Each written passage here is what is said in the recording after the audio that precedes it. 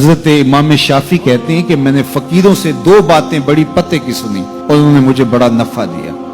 ये बहुत बड़े बुजुर्ग होने के बावजूद, इतने बड़े आलिम और फकी होने के बावजूद ये दरवेशों की सोहबत में जाके बैठते थे। हजरत इमाम अहमद बिन हंबल को किसी ने देखा कि हजरत बिशर हाफी के पीछे दौड़ रहे हैं, तो किसी ने कहा इतने बड़े इमाम हो और इतने बड़े फकी हो, इस फकीर से क्या ढूंढते हो, बिशर हाफी से क्या तलाश करते हो?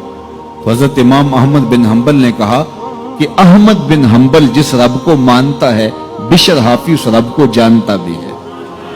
तो फकीरों की बातें बड़ी पते की होती हैं। तो कहते हैं कि फकीरों की दो बातों ने, इमाम शाफी बोले, कि मुझे बड़ा फायदा दिया। एक तो ये अल वक्तो सैफुन कातिउन, वक्त काट देने वाली तलवार है।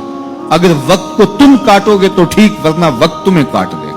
अब तुम्हारी मर्जी है कि वक्त के घोड़े पे तुम सवार होके अपनी मर्जी से वक्त को चलाओ, या फिर तुम वक्त के रहमो करम पे हो और इसकी मौजें तुम्हें जिस समत चाहे बहा ले जाएं। अब तुम्हारा इख्तियार है कि तुम अपना वक्त कैसे गुजारते हो। दूसरी बात जिसने मुझे बड़ा नफा दिया वो ये कि अपने आप को नेकी के कामों में लगा दो, वरना नफ्स तुम्हें बुराई के कामों में मशगूल कर देगा। अपने इर्द गिर्द ताना बाना ऐसा बुन लो, अपने हालात ऐसे बना लो, अपनी दोस्ती ऐसी वजह कर लो कि तुम नेकी के माहौल में रहो, वरना शैतान बुराई के अंदर मुब्तला करने में देर नहीं करेगा और नफ्स तुम्हें जो है वो शर में मुब्तला कर देगा। तो फरमाया कि किसी शख्स के इस्लाम का हुस्न ये है कि वो बेमकसद कामों को छोड़ दे। हम तो बाज़ का बैठते हैं तो घंटों बेमकसद बैठे रहते हैं और कीमती से कीमती वक्त जाया करते हैं। हमारी जिंदगी बड़ी कीमती है, एक एक सांस बामकसद होना चाहिए।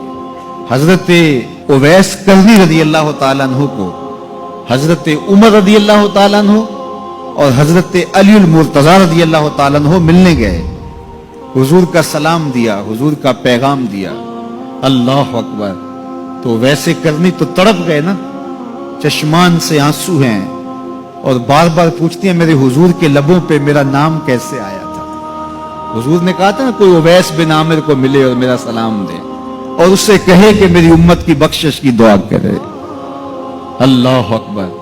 तो ये मिलने गए हुजूर की वसीयत और हुक्म के मुताबिक, हुजूर का सलाम दिया। तो ये बार बार कहते थे हुजूर के लबों पे मेरा नाम कैसे आया। अल्लाह अकबर। तो जब ये तड़प देखी तो कहा इतनी मोहब्बत और इतना प्यार तो हुजूर को मिलने नहीं आए, हुजूर को देखने नहीं आए। तो हजरत उवैस करनी फरमाने लगे तुमने मेरे हुजूर को देखा है?